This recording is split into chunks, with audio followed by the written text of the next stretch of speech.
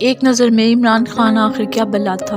احساس کفالت پروگرام، لنگر خانے، شیلٹر ہوم کا قیام، راشن کارڈ، کسان کارڈ، صحت انصاف کارڈ، احساس اسکالرشپ پروگرام، انصاف آفٹر نون اسکول، انصاف مزدور اور بزرگ کارڈ، ڈیجیٹل پروگرام کا آغاز، ای خدمت مراکز کا قیام، نیب کو بااختیار بنانا، راس پروگرام، سیرت یونیورسٹی کا قیام، ٹورازم کا فروغ، بلین سونامی ٹری کا آغاز، ٹیکس ریفارمز، دنیا کرکٹ سے ہی کرکٹ کا چیئرمین لگانا، پاکستان میں کرکٹ کی بحالی، ای ٹرانسفر اور پینشن کا قیام، بھاشا اور واسو ڈیم پہ کام کا آغاز، اپنا گھر اسکیم کا قیام، بلا سود قرضے کی فراہمی، نئی یونیورسٹیز پہ کام کا آغاز، 23 نئے ڈسٹرکٹ ہسپتالوں پر کام، پاکستان سٹیزن پورٹل کا قیام، رحمت للعالمین اتھارٹی کا قیام، PIA PTV اور PHA کو منافع بخش کاروبار بنانا، زمینوں کی ڈیجیٹلائزیشن، دنیا کی 11ویں بڑی آئل ریفائنری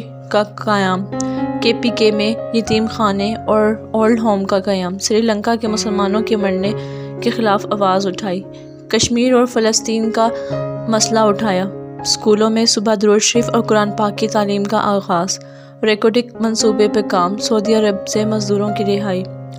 پوری دنیا کی حاکمیت صرف اللہ کے پاس ہے، اس چیز کو پوری دنیا میں باور کروانا، قوم کے اندر خودداری پیدا کرنا۔ عمران خان آخر تم کیا تھے؟ میں پہلے بھی عمران خان کے ساتھ تھی، لیکن اب پہلے سے زیادہ جذبے کے ساتھ عمران خان کے ساتھ ہوں، کیونکہ عمران خان تم بہادری اور خودداری کی علامت ہو۔ پاکستان میں تم واقعی امت مسلمہ کے لیڈر ہو۔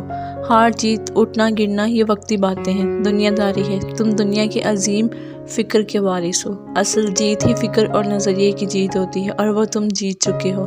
تم نے قوم کو بتا دیا کہ ایک خوددار لیڈر کیا ہوتا ہے۔